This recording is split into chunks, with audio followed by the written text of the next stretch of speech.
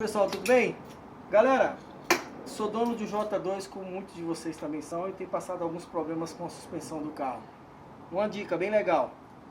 Pessoal, esse carro apresentou alguns barulhos na suspensão. Levei na concessionária da Jack Motors. Condenado toda a suspensão, falou que tinha que trocar amortecedor,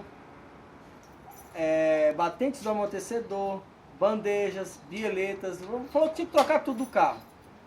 Muito bem, não conformado com esse valor que eles cobraram R$3.700 para fazer esse serviço. Levei do meu mecânico pessoal, o cara fez uma avaliação, chegou a um diagnóstico. Falou: meu querido, seu carro não tem problema nenhum na suspensão. Quase eu caio para trás. E caramba, não tem nada, não tem. O que o seu carro tem é um desgaste nos parafusos dos cavaletes das pinças de freio dianteira. Falei: como assim? Esses parafusos desgastam. Geralmente esses problemas acontecem no Jack e em alguns carros da Toyota. Desgasta o parafuso, cria uma folga, você bate no buraco e ele fica batendo dentro. O que tem que fazer para arrumar? Levei num rapaz que faz a retífica dos parafusos, colocou buchas que não desgastam.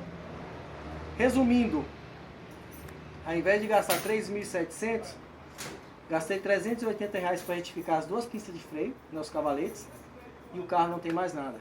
Tá vendo, galera? Fica essa dica pra vocês aí. Obrigado.